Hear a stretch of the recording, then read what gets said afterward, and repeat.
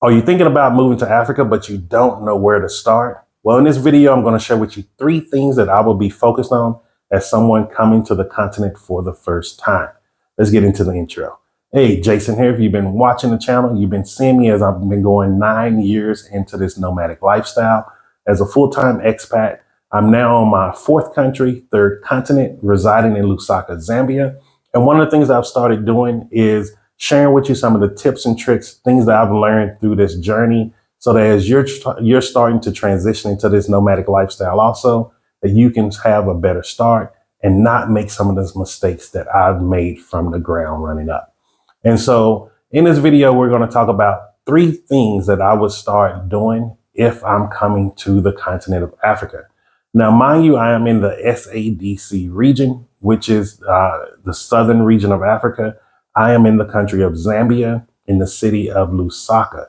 And so the things I'm going to share with you is very important for this area, but most likely it can go into some of the other areas also, especially the first thing. The first thing to focus on is do not build your dream home. Now, this may sound crazy because, yes, building costs are a lot more affordable here. Even the land is more affordable here.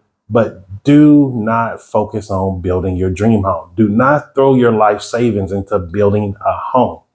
And here's the reason why I say that. Focus on generating cash flow. Africa has been held back for centuries intentionally from different groups and organizations from around the world, different governments. So Africa has so much potential to create revenue generation or cash flow. Cash flow is what creates financial independence.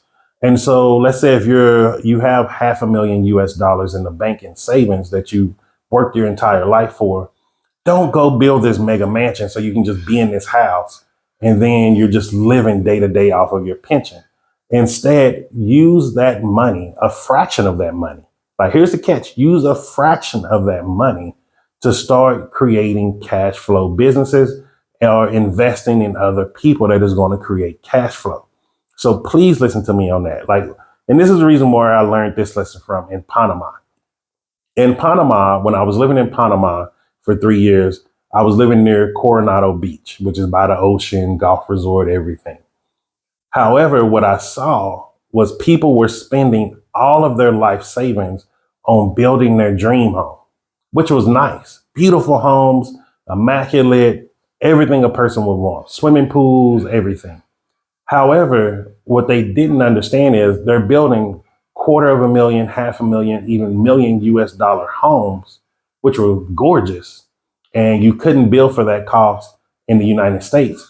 But you're living right across from a community that's $35,000 US at the max.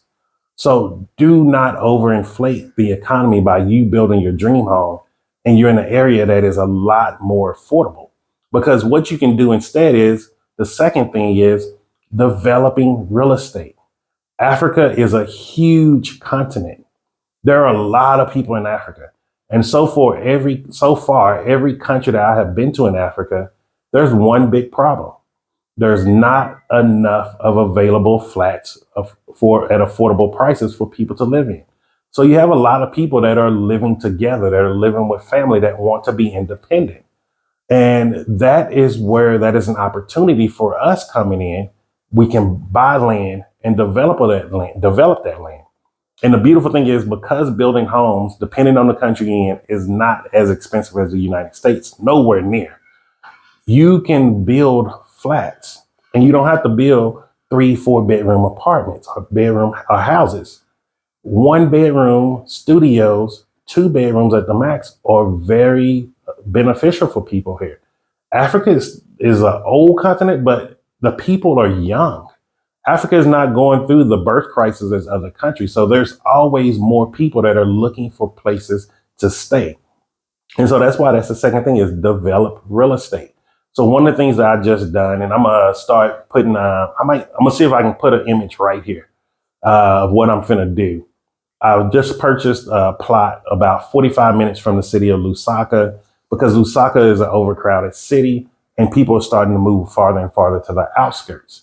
And what I'm planning on doing there is developing a tiny home community there.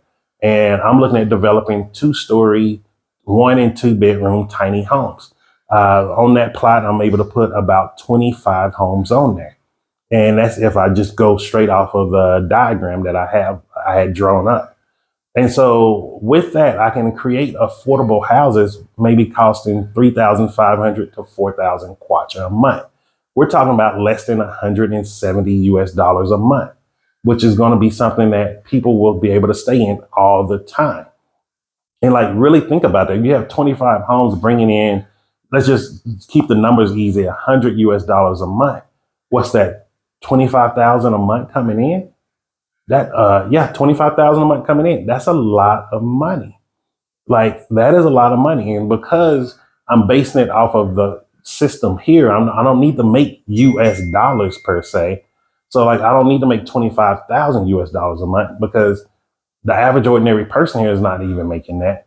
Making 25,000 kwacha here a month, that is a lot of money here.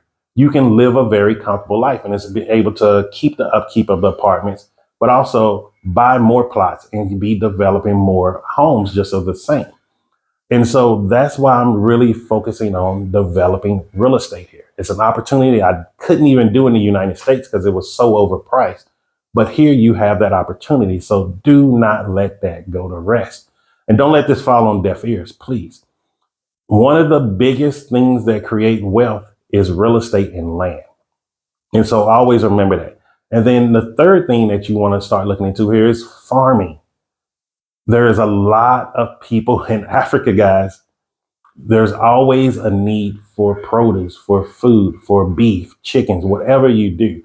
Farming is big here. You can make a lot of money of that here. So like I have 20 hectares of land out in the eastern province in an area called Chama that I'm slowly getting ready for farming now. Have people that are working on the land now. They've cleared out 4 hectares and we're starting there with ground nuts, which is peanuts for the Americans. And we're also starting with maize. So hopefully the rainy season come real good this next season, and I'll have a good crop yield of maize. Eventually, I'm going to start going into soybeans also because I want to start a biodiesel manufacturing plant here to do biodiesel. Because I believe that can help bring down transportation costs of moving things across the country, which will be really beneficial to the people. So like, see, that's long-term goals, guys. And so really thinking that, but also with land, you can do solar farming. Like there's an energy crisis throughout Africa. Like, I don't know if it's by design, if it's political, I don't know why, but there is an energy crisis throughout Africa. So being able to supply solar energy to countries and to the energy plants, like look how beneficial those things can be in the long run. So like really focus on cash flow producing things when you get here. You can do small businesses. You can invest in restaurants. You can open up salons. You can also do landscaping businesses. Did the power go out again? Yep. No, it didn't. Okay. Sorry, just thought I heard the power go out. I didn't want this thing beeping. And so like really looking to those things, there's all these different things that can be brought here. And because you're using the systematics of the US or the UK or wherever you're from, you can do these things in an orderly way.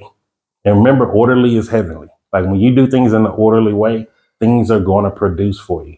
And so I just wanted to share that with you. This is a very quick video because I know a lot of people are starting to look into Africa now. However, don't build your dream home. Please listen to me on this. You can always build a dream home. Don't start out building a dream home, especially when you're coming with a lot of cash on hand. Make that cash go make babies for you.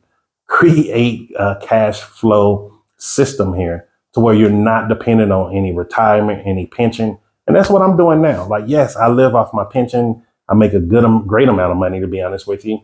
I'm not starving. I'm not hurting. I'm not struggling. However, I can be better. And if I have more cash flow coming in, things that are bringing me cash into where it's supporting all of my living here, all of my traveling in Africa, while my pension is just sitting there. And I just decide where I want to invest it in. Like that is how I'm looking. It's about wealth generation. So don't just come to Africa to retire and live your best life. Also think about creating a wealth generation, especially if you have children, grandchildren, or if you just want to leave a legacy behind to where you have these things left behind, to where you've employed thousands and thousands of different people in the continent and you have changed their life also. So if you have any questions or comments, leave them down below. If you're in the continent and you have some ideas of business things that people can do, leave them down below. 2024 and forward, we need to be collaborating, sharing. There's no point in gatekeeping anymore. So let's let this information be free. Let's help one another out. And then let's start coming together and doing these things together, because one of the biggest things that's stopping us from doing as much as we could is we have to do so much alone. Like, so many of us are thinking like, oh, I'll do this myself. I'll do this myself. We need to start collaborating more. And that's why I share all of these things with you. And so that's it for today. And just remember this, I'm Jason, and success is simple once you know how.